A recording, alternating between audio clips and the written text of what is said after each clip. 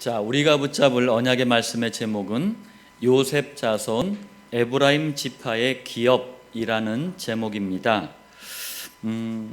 제목이 이상하지 않나요? 먼저 요셉 자손의 장자는 므낫세가 나와야 되는데, 지금 순서대로 하자면 므낫세가 나와야 되는데 에브라임이 먼저 나왔거든요. 이따 말씀을 통해서 우리가 잘 이해하는 시간을 갖도록 하겠습니다. 서론 말씀인데요, 여호수아서를 한마디로 말하면 이겁니다. 여호수아가 이스라엘 민족의 지도자로 세워져요. 그리고 여호수아를 중심으로 가나안 땅이 정복이 됩니다. 그런 후에 12지파 모두에게 가나안 땅이 기업으로 분배가 됩니다. 이게 여호수아서거든요. 첫 번째입니다. 이 여호수아서를 보면서 여러분이 꼭 해야 될 질문이 있어요. 뭐냐면, 왜 가나안 땅이 정복돼야 되죠? 이유가 뭡니까? 창세기 3장에서 시작된 원죄, 사단, 지옥 문제를 해결하는 해답이 창세기 3장 15절 여자의 후손이에요. 이 여자의 후손으로 오시는 분이 메시아 그리스도입니다. 이 그리스도가 어디에 오시는 거예요? 가나안 땅에 오시는 거예요. 이거는 사람이 정한 게 아니고 여호와께서 직접 언약하신 거예요. 여호와의 언약은 반드시 시간표가 되면 성취가 됩니다. 그래서 이 모든 과정을 기록한 게 여호수아서입니다. 두 번째입니다. 오늘 나눌 여호수아서 16장은 요셉 자손의 땅 분배에 대해서 말씀하는데, 핵심은요, 에브라임 지파의 땅 분배입니다. 에브라임 지파. 자, 가나안 땅을 제일 먼저 분배받은 지파가 유다 지파예요. 그 다음 두 번째로 분배받은 지파가 바로 에브라임 지파입니다. 나중에 보겠지만 에브라임 지파가 영육에 엄청난 축복을 누리고 지위, 신분, 자리, 계급 이런 걸 지위라 그러잖아요. 굉장한 축복을 누렸습니다. 그런데 후손들이 이 축복을 끝까지 감당을 못해요. 한계에 잡혀버립니다. 좀 이런 내용들을 가지고 오늘 말씀을 좀 나누겠습니다. 본론 첫 번째입니다. 여호수아서 16장 4절에 요셉의 자손 므낫세와 에브라임이 그들의 기업을 받았더라. 자, 먼저 우리 이 말씀을 가지고 므낫세와 에브라임 지파의 조상이 누구죠? 요셉이에요. 요셉에 대해서 먼저 좀 알아야 되겠습니다. 첫 번째입니다. 요셉은 야곱의 12아들 중에서 11번째 아들이에요. 마지막 12번째 아들이 베냐민인데, 베냐민이 요셉이 16살 때 태어나요. 한참 뒤에 태어난 거죠. 그러다 보니까 실제로 막내 역할을 요셉이 한 거예요. 근데 요셉이 아버지 야곱의 사랑을 혼자 다 차지해버려요. 독차지했어요. 아버지 야곱이 제일 사랑한 아내가 누구였죠? 라헬이에요. 어느 회사 화장품 이름도 라헬이 있던데 그 라헬이에요. 라헬 몸에서 나온 게 또 요셉 아닙니까? 그러다 보니까 특별한 애정이 있었어요. 야곱은 요셉에게 육신적인 애정만 준 게 아니고 요셉을 늘 옆에 앉혀놓고 아브람, 이삭, 할아버지들이죠. 그러면서 야곱 자신으로 이어지는 가나안 땅 언약에 대해서 계속 반복해서 얘기를 합니다. 이러니까 창세기 37장 1절로 11절에 이게 마음이 각인되다 보니까 요셉의 꿈에 나타나요. 이게 얼마나 이게 각인이 됐으면 17살 때 꿈으로 나타납니다. 그 무슨 꿈이었죠? 요셉의 형들의 곡식단이 요셉 앞에 와가지고 절을 해. 그리고 해와 달과 11별이 요셉 앞에 또 나와서 절을 해. 놀라운 꿈이에요. 이게 왜 놀라운 꿈이라고 얘기하냐면, 이 꿈은 여호와 하나님의 계획이 담긴 예언적인 언약적인 꿈이었어요. 또 이 꿈은 가정복음화, 애굽복음화, 당대복음화 세계복음화의 꿈이었습니다. 여러분, 21세기 안디옥 교회가 왜 그루터기들에게 그리스도 이 복음을 자꾸 반복합니까? 부모 세대가 종교 생활을 했잖아요. 이것 때문에 많은 어려움을 당했어요. 심지어는 지금도 이 종교 생활이란 체질 때문에 복음을 깨닫는데 많은 걸림돌이 되고 있어요. 반복되지 않으려면 그루터기 때부터 복음을 각인 뿌리 체질로 만들어야 돼요.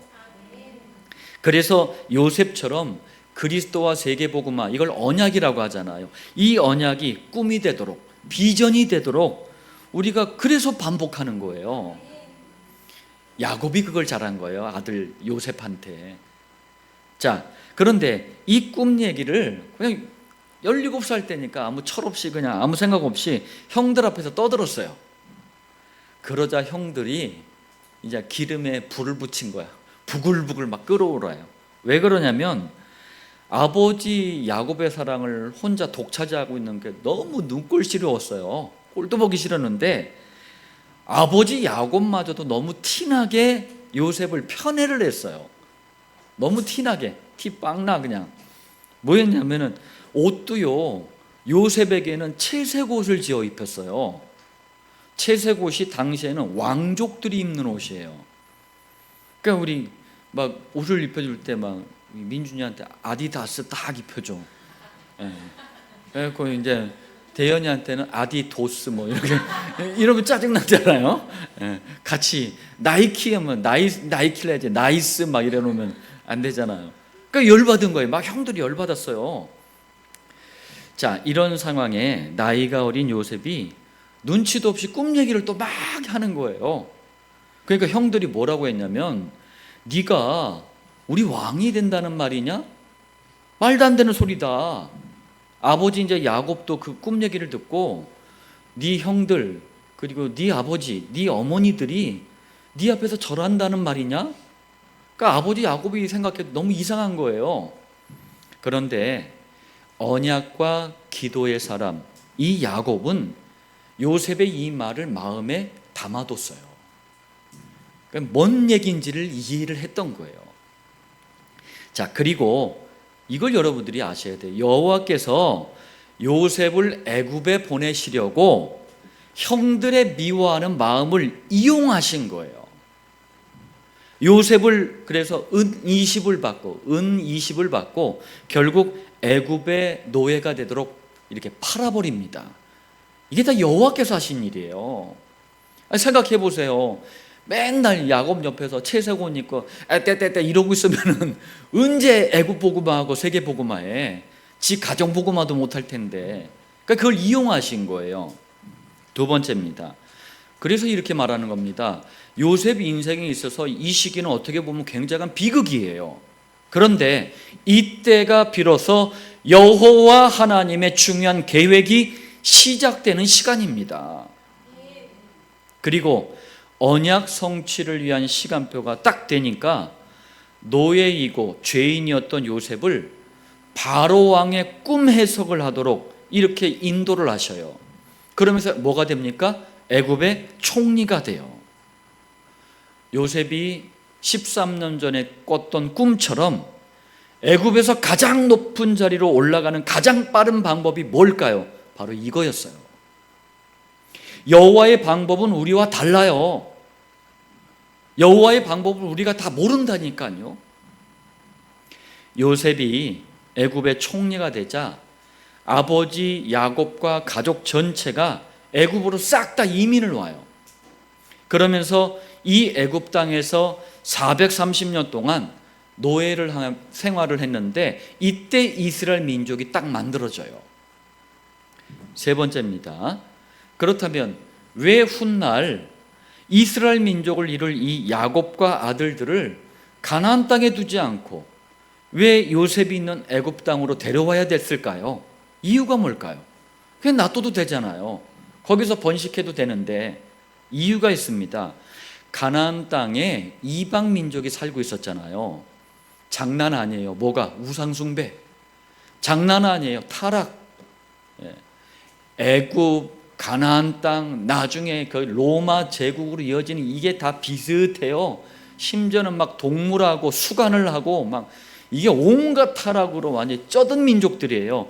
여기 이스라엘을 가만 냅두면은요, 메시아 그리스도가 오셔야 되는데 이 족보 혈통이 끊어질 수 있는 위험에 빠지게 돼요. 사단이 또 그걸 가만 안 두잖아요. 어떻게 해서든 그리스도가 오시도록 막으려고 했는데, 그리고 애굽에서 노예가 딱 되잖아요. 그러면은 애굽 사람들과 피가 안 섞여요. 아니 누가 노예하고 결혼을 하겠어요. 또 430년 동안 노예 생활을 하면서 고통을 받았는데 희한해요. 번식, 이게 뭡니까? 막 불어나서 많아지는 걸 번식이라 하죠. 번식이 잘 돼. 이게 좀 아이러니한 건데 한국 역사를 봐도요, 못 살고 못 먹고 이때 인구가 엄청 늘었어요. 지금 대한민국이 선진국 문턱에서 인구 감소라는 위기를 만났어요.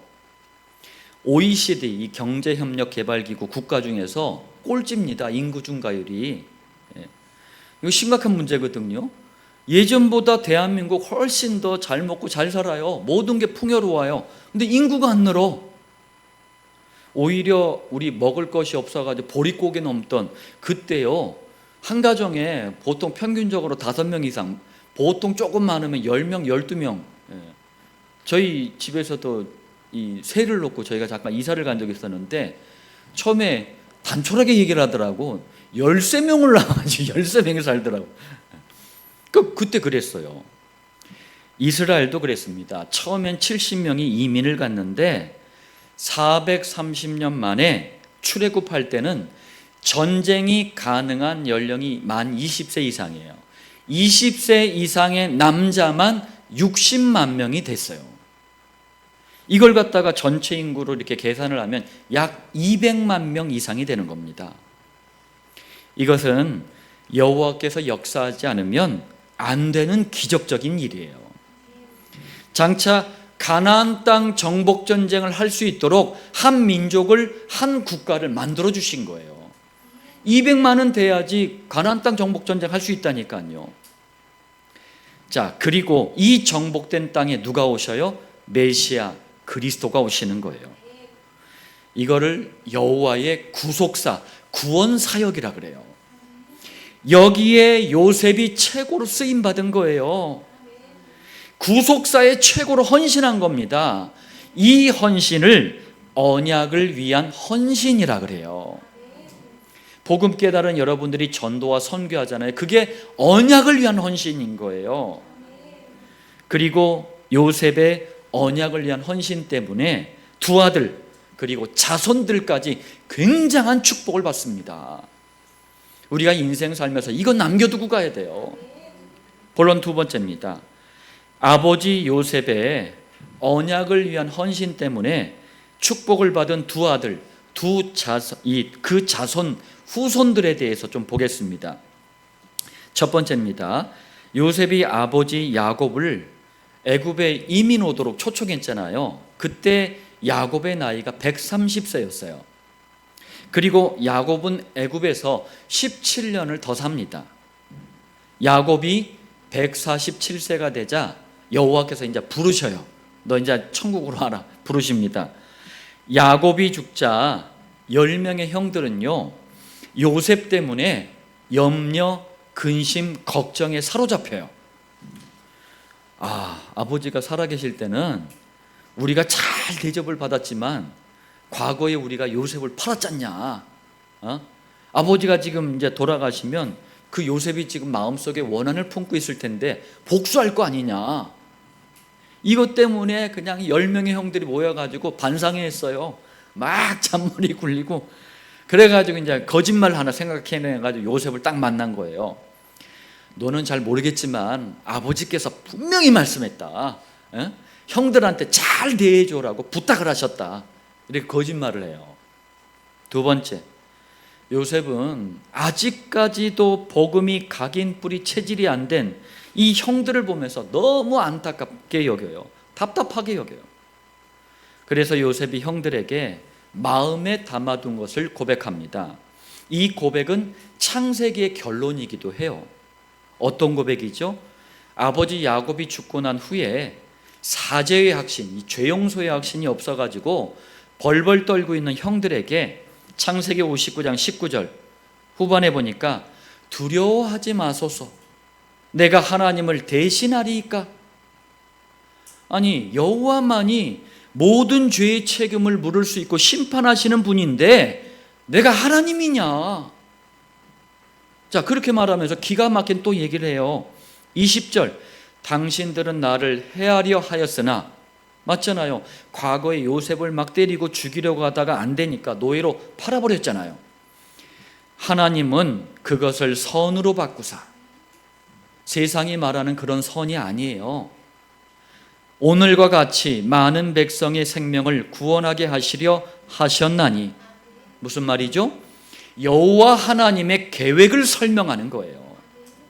그리스도께서 이 땅에 오시려고 하는 것을 사탄이 막고 있는데 그 사탄의 역사를 무너뜨리고 나와 이스라엘을 보존시켜서 그리스도를 이 땅에 보내시려고 여호와께서 싹 다 계획하신 일이다.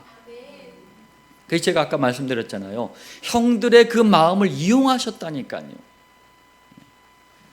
21절, 당신들은 두려워하지 마소서, 내가 당신들과 당신들의 자녀를 기르리이다. 우리가 이 일을 해야 돼요.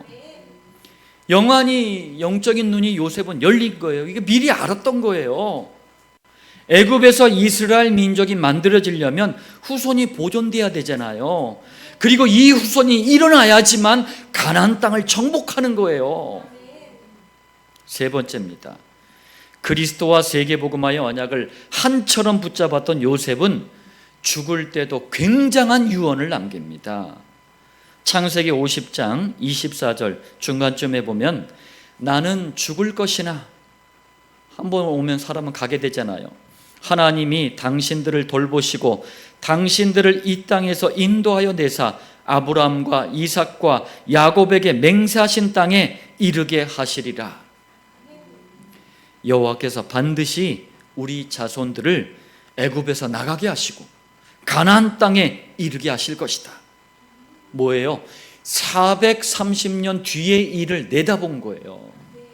자, 그리고 25절, 요셉이 또 이스라엘 자손에게 맹세시켜 이르기를 하나님이 반드시 당신들을 돌보시리니 당신들은 여기서 내 해골을 메고 올라가겠다 하라.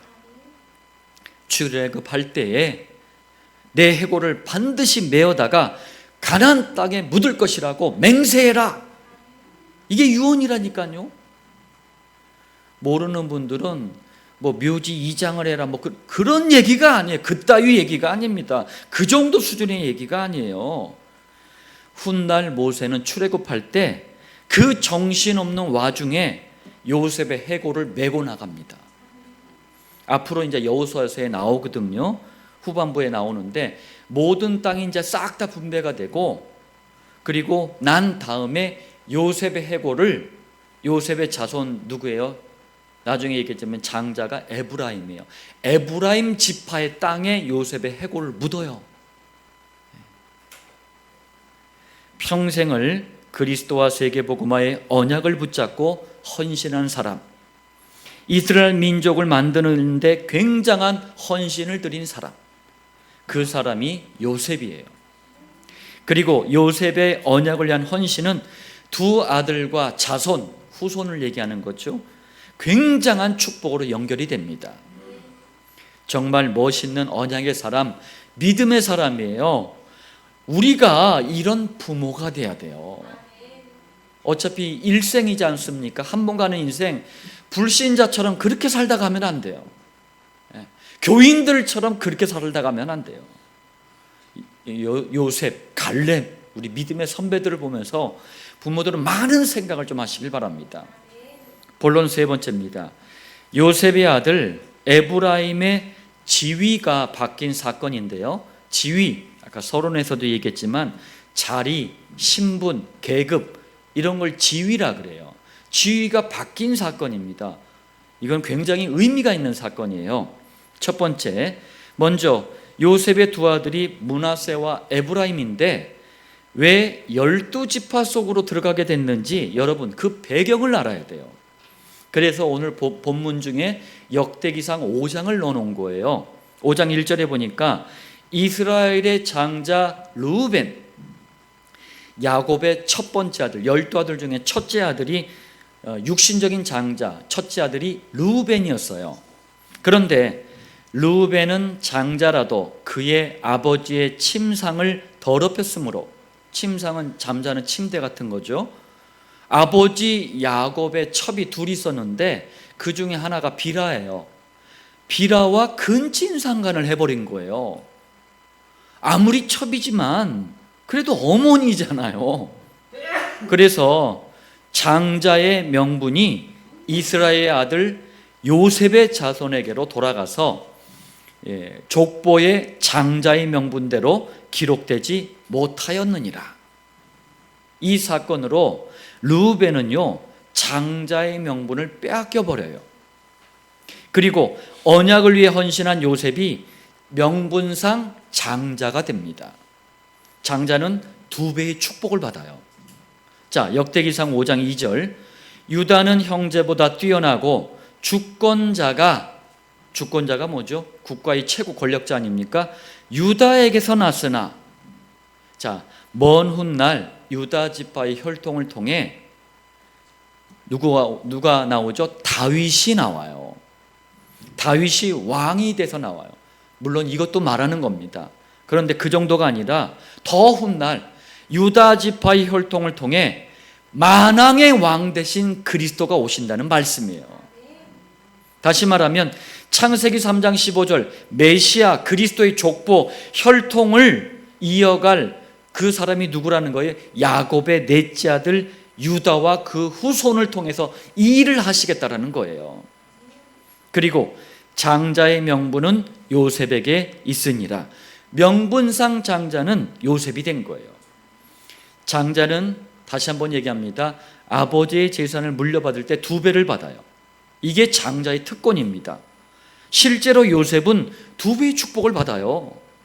그래서 요셉의 두 아들 므낫세와 에브라임이 12지파 속에 들어간 거예요. 두 번째, 이걸 조금 더 자세하게 말씀드릴게요. 요셉이 애굽에서 낳은 두 아들이 있는데 장자 첫 번째 아들이 므낫세였고 두 번째 아들이 에브라임이었어요. 창세기 48장에 보면 야곱이 애굽에서 이제 147세에 죽게 되잖아요. 그러니까 죽을 날이 가까우니까 요셉이 두 아들 므낫세와 에브라임을 데리고 야곱의 축복을 받기 위해서 데리고 나갑니다. 아버지의 축복을 받기 위해서. 이때 야곱이 이런 말을 해요. 창세기 48장 5절, 내가 애굽으로 와서 네게 이르기 전에 애굽에서 네가 낳은 두 아들 에브라임과 므낫세는 내 것이라. 야곱은 분명히 요셉의 아들 두 아들의 이름을 알고 있는데 지금 뭐 했어요? 바꿔서 얘기했잖아요. 므낫세와 에브라임은 내 것이라 이렇게 했는데 바꿔서 얘기했어요. 벌써 암시가 된 거예요. 분명히 야곱에겐 손자들인데 결론적으로 뭡니까? 12아들의 반열에 올리겠다는 말이에요. 언약을 위한 헌신을 누가 가장 잘 알고 있었어요? 야곱이 알고 있었어요. 그래서 야곱의 두 아들을 12아들의 이 손자들을 12아들의 반열에 올리겠다는 얘기예요. 훗날 요셉의 두 아들이 포함돼서 그래서 12지파가 됩니다. 다시 말하면 레위 지파는 제사장 지파예요. 그래서 땅 분배에서 제외를 시켰어요. 요셉도 빠져나왔어요. 여기에 그럼 10지파니까 여기에 요셉의 두 아들 에브라임과 므낫세가 들어간 거예요. 그래서 12지파가 된 거예요.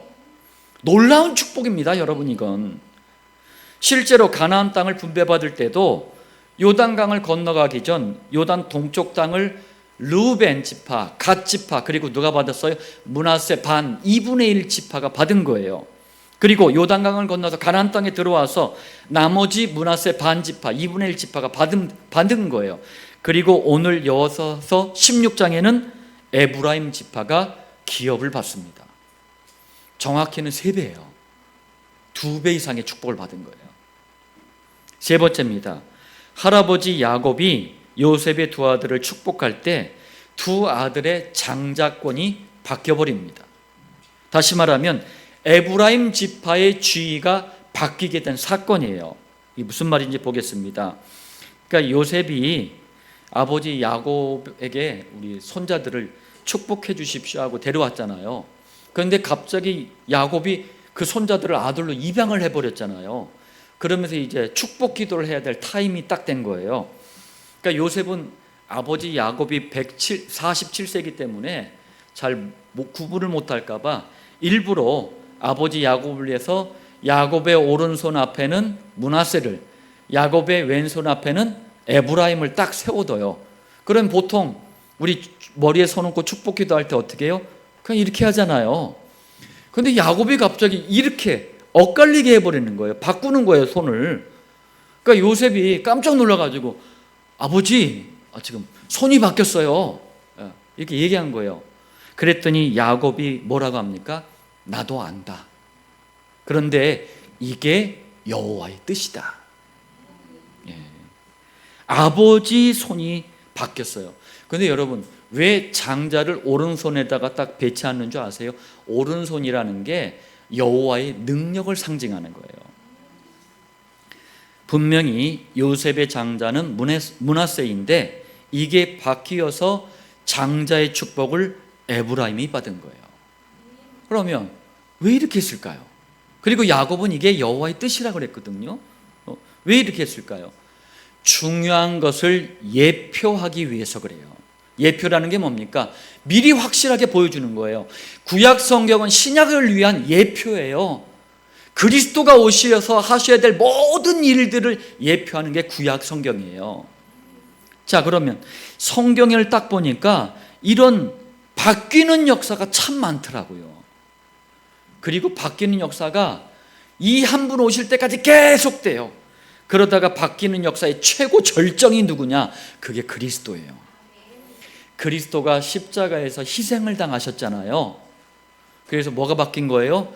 원죄 사단 지옥에 잡혀있던 우리가 마귀의 자녀, 지옥 백성이었던 우리가 하나님의 자녀로 바뀌어버린 거예요. 우리가 이 축복을 받은 거예요. 그거 설명하려고 하는 거예요. 저는 말씀을 묵상할 때마다 늘 참 전율을 느껴요. 지난주에도 소름, 이번 주에도. 본론 네 번째입니다. 요셉 자손 에브라임 지파의 영육의 축복과 지위 그리고 한계를 좀 보겠습니다. 여러분, 여기에는 우리가 마음에 담아야 될 중요한 메시지들이 들어있어요. 잘 들어보시길 바랍니다. 첫 번째, 에브라임 지파는 엄청난 육신적인 축복도 받았어요. 모세가 죽고 난 다음에 가나안 땅 정복도 해야 되고 땅 분배도 해야 되는데 이걸 전체를 책임지는 영적인 지도자가 누구가 됐어요? 여호수아. 근데 이 여호수아가 에브라임 지파예요.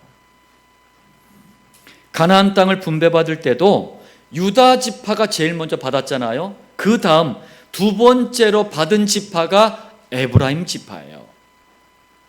여호수아서 16장 1절, 요셉 자손이 에브라임과 므낫세를 말합니다. 제비 뽑은 것은 제비를 뽑고 기업을 받았어요. 나중에 좀 한번 다시 정확하게 이거 언급을 테지만 에브라임과 므낫세가 한꺼번에 제비를 뽑았어요. 한 제비를 뽑았어요. 이것 때문에 또 나중에 시비를 걷고 막 이게 난리를 칩니다. 그건 후에 또 하겠습니다. 자, 그리고 16장 1절로 3절에 에브라임 지파와 므낫세 반 지파가 받을 땅, 이 기업의 전체 경계가 어디까지인지 이제 지명을 쫙 나열을 해요. 그 다음 5절로 10절에 에브라임 자손이 그들의 가족대로 받은 지역은 이러하니라 하면서 쭉 또 에브라임 지파가 받은 기업을 나열을 해놓습니다. 여러분, 요셉의 장자인 므낫세 지파가 먼저 나와야 되는데 야곱에 의해서 바뀐 에브라임 지파가 먼저 나왔어요. 먼저 기록을 했어요. 에브라임 지파가 유다 지파 다음으로 기업을 받은 거예요. 가나안 남쪽은 유다 지파가, 가나안 중앙, 이 중부 지역, 중요한 지역이거든요. 여기는 에브라임 지파가 분배를 받습니다. 두 번째, 이 정도가 아니에요. 에브라임 지파는 엄청난 영적인 축복도 받았어요. 이제 후에 보게 될 여호수아서 18장 1절에 이스라엘 자손의 온 회중이, 이스라엘 민족 전체가 실로에, 이 실로는 지명입니다. 에브라임 지파 안에 있는 땅이에요. 실로에 모여서 거기에 회막을 세웠으며, 회막은 성막의 다른 이름이에요. 에브라임 지파가 받은 기업 안에 포함되어 있는 실로란 곳에 여호와의 성막을 세운 거예요. 이게 무슨 말인 줄 아세요? 모든 예배의 중심이 에브라임 지파가 됐다는 거예요. 이러니 다윗이 왕이 돼가지고 언약궤를요, 시온산, 이게 예루살렘이에요. 예루살렘의 별명이 시온산이었어요.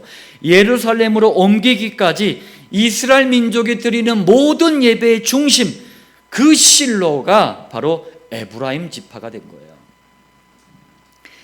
그리고 또 사사시대 말기에 사무엘이라는 시대적인 또 선지자가 태어나잖아요. 사무엘이 어린 시절에 어디서 성장을 해요? 성막에서. 그때 성막이 에브라임 지파 실로에 있었어요. 정말 엄청나고 대단한 축복입니다. 다윗을 다윗되게 만든 인물이 사무엘이에요. 이게 전부 요셉의 언약을 위한 헌신을 여호와께서 축복하신 거예요. 그런데 안타까운 것은 세 번째입니다. 에브라임 지파가 이 엄청난 영육의 축복, 그 지위를 지속을 못해 한계에 붙잡혀 버려요. 정말 안타까운 일이에요. 성경은 우리에게 거울이에요. 여러분 아침에 나오실 때 거울 보고 나오시잖아요. 말씀을 통해 우리 모습을 보는 거예요.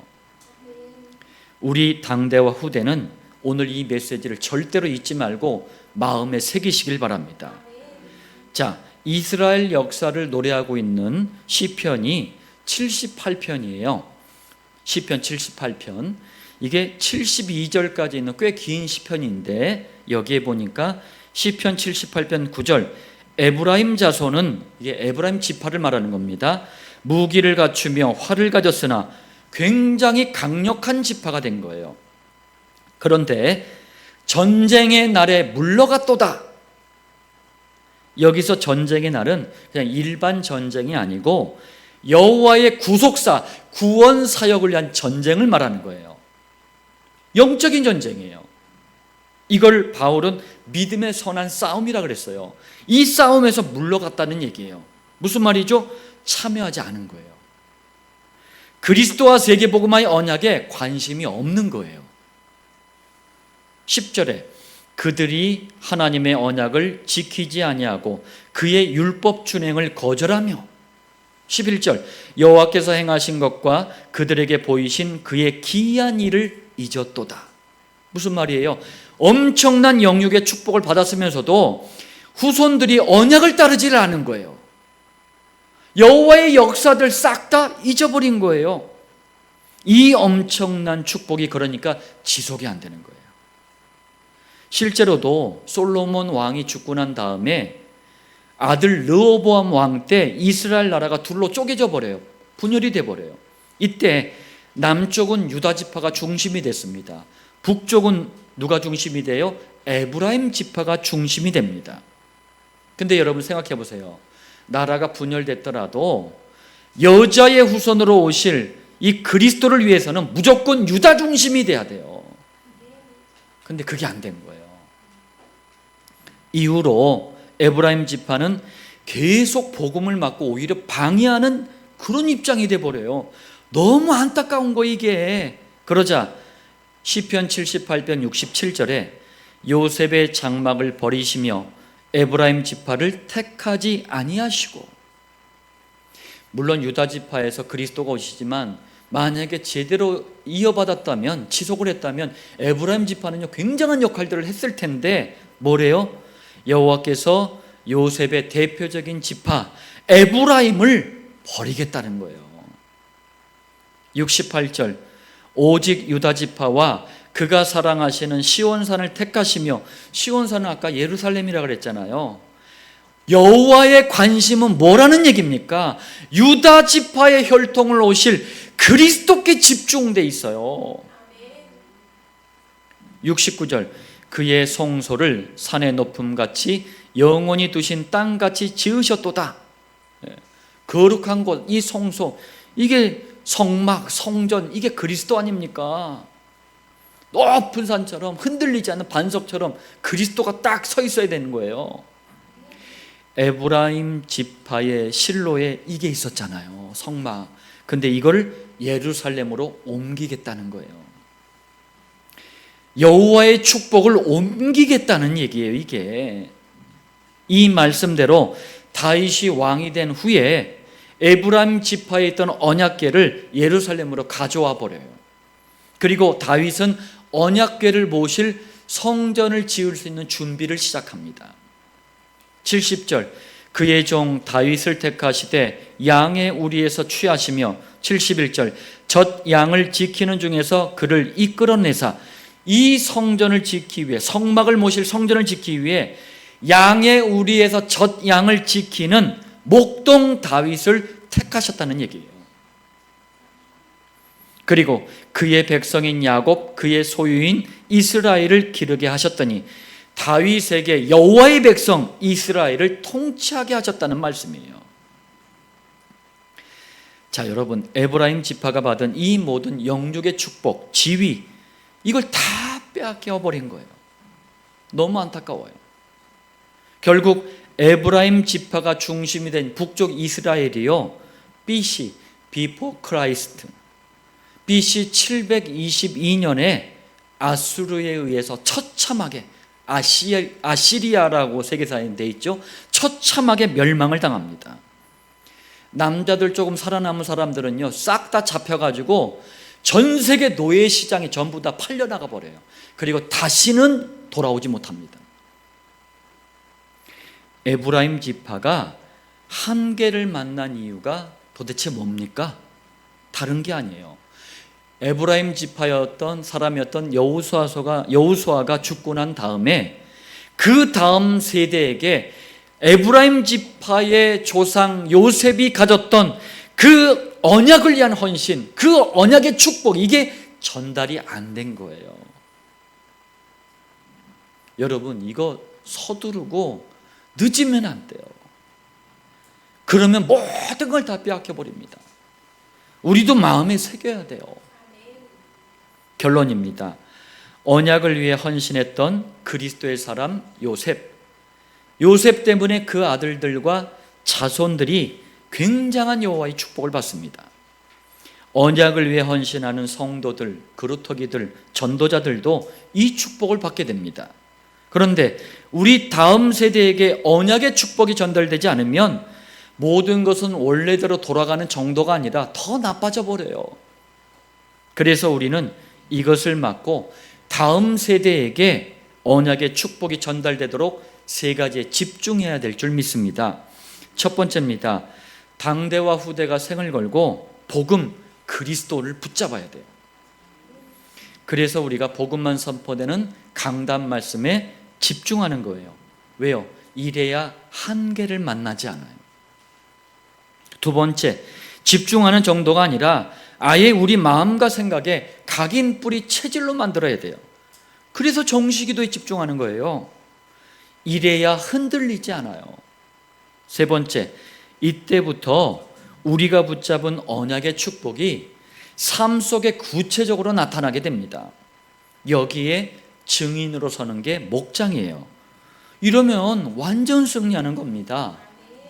여러분, 요셉 자손 에브라임 지파의 기업, 이 말씀을 우리 당대와 후대와 우리 미래를 두고 붙잡아야 될 언약으로 꼭 붙잡으시길 바랍니다. 하나님은 시간표가 되면 언약을 성취하시는 분이에요.